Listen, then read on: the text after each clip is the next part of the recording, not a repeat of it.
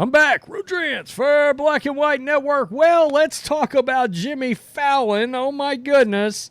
That's right. The brave, stunning, courageous late-night talk show host, guy that I believe suffers from a monumental case of TDS, in case you don't know what that is, and you've been living under a rock. That's Trump derangement syndrome. It's something he shares along with his late-night brethren like Stephen Colbert and Jimmy Kimmel. Now, of course, Jimmy Fallon goes on his late-night show. Number one, it sure does make me miss Johnny Carson, the GOAT. Johnny Carson was great.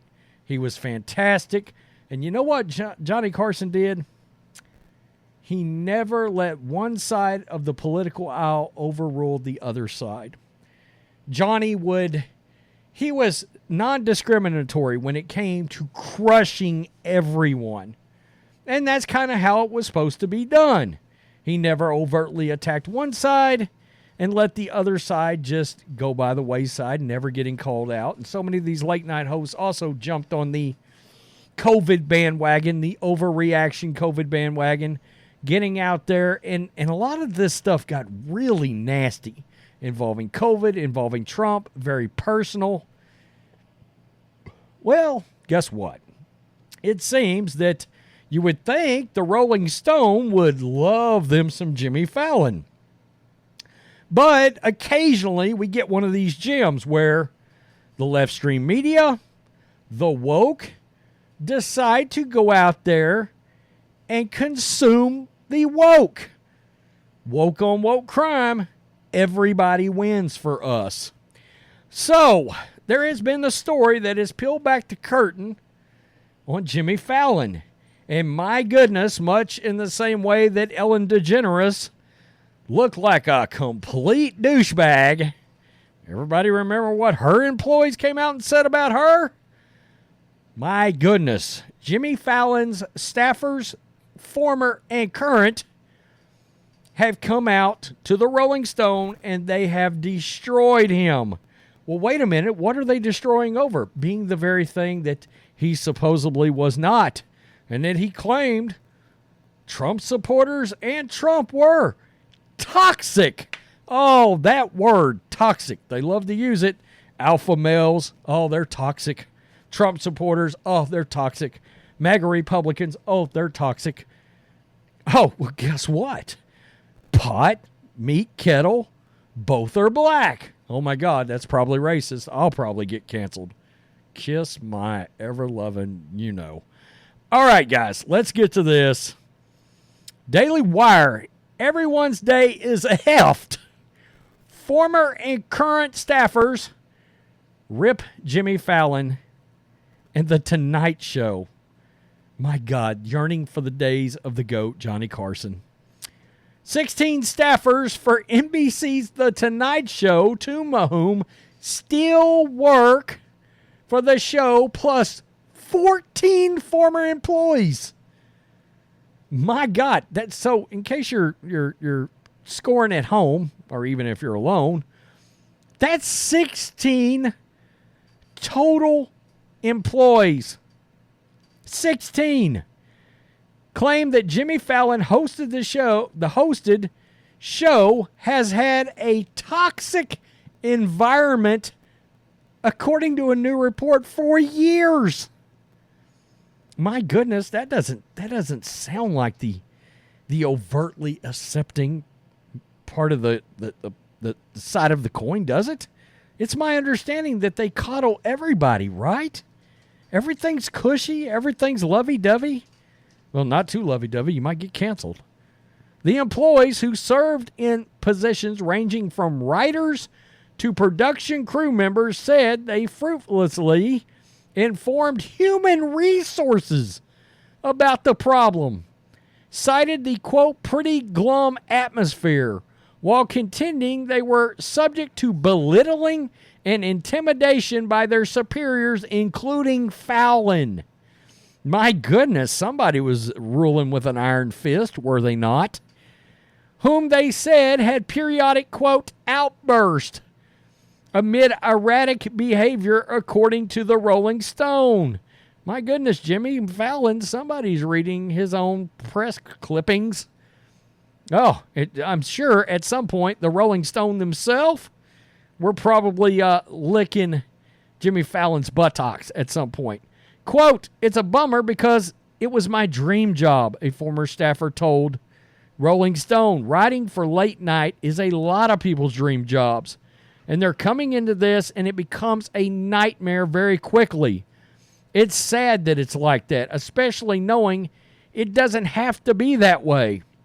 Guys, you wouldn't believe the amount of employees that work on a late night show. Like, I've heard upwards of like 100. I mean, it seems ridiculous. I remember when Gutfeld, by the way, Gutfeld is now the #1 late night show and has been for a while, and it was amazing how quick he overtook all the rest of them. Like in 18 months, all of a sudden he was the #1 late night show. And I remember him saying, like, his late night show literally has like 7 people working on it. And the other big shows, they all have like 50, 60, 70, 80, 100 people assigned to these shows. It's nuts. The outlet, by the way, they're unbelievably coddled too. They're worshipped. These late night folks, worshipped by the left and by these companies that employ them. The outlet interviewed over 80 past and present employees for the show. Quote, "While many of them praised Fallon's immense talent and comedic gifts, not a single one agreed to speak on the record or had a positive things to say about working on The Tonight Show." 80 past and present employees, none of them had a positive thing to say. Wow. The Rolling Stone reported. The show has had a revolving door of showrunners with 9 different people in 9 years. "Nobody told Jimmy no," a former staffer claimed. "Everybody walked on eggshells, especially showrunners. You never knew which Jimmy we were going to get and when he was going to throw a hissy fit.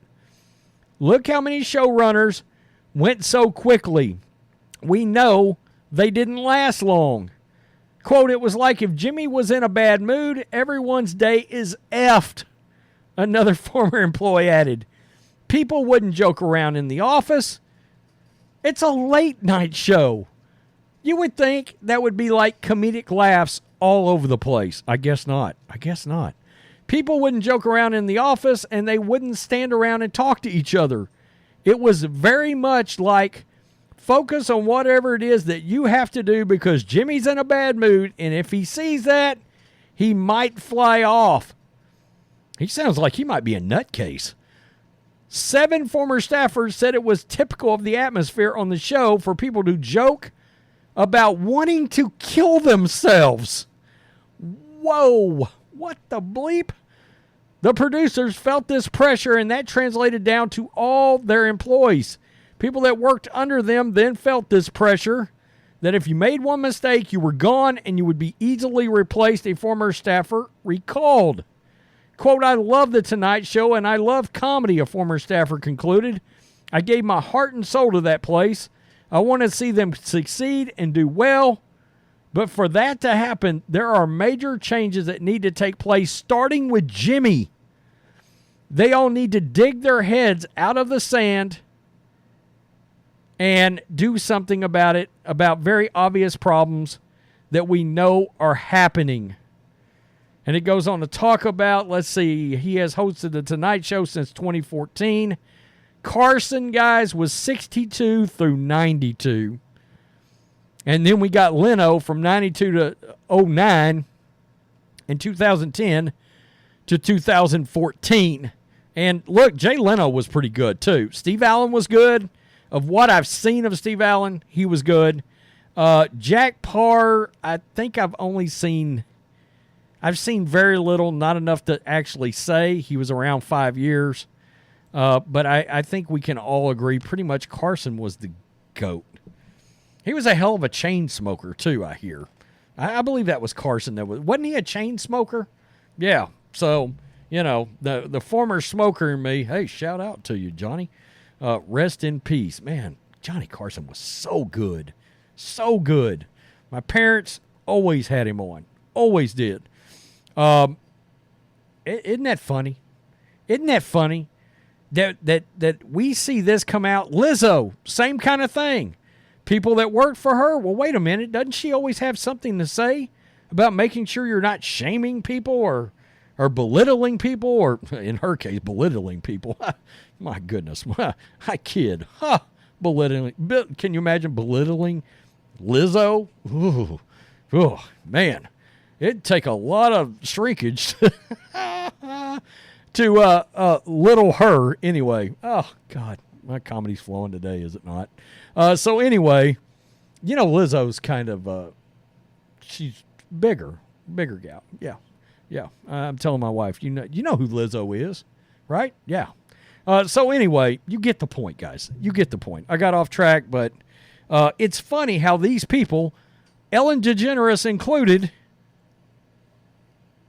supposed to be so sweet. They're supposed to be so nice. They put up this great front in front of the TV. And, you know, a lot of times when things like this come out, I'm like, if it's 4 or 5 people, I'm like, yeah, could they just not take the pressure of what's, you know, supposed to be a actual work environment? Do they not actually do their work? Yada, yada, yada.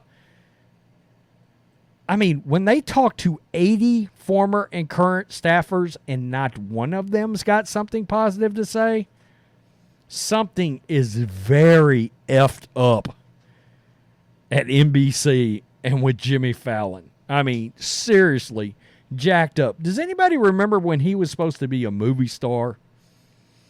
Like, he was going to be a movie star and he was going to make movies, and I think he was even in some movie with maybe Queen Latifah. Boy, that'll kill your movie career quick, won't it? Quick, fast, and in a hurry.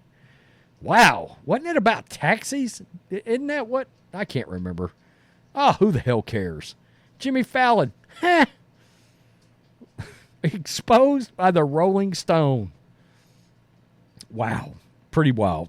Tell me what you think, Black and White Network supporters. Peace. I'm out. Till next time.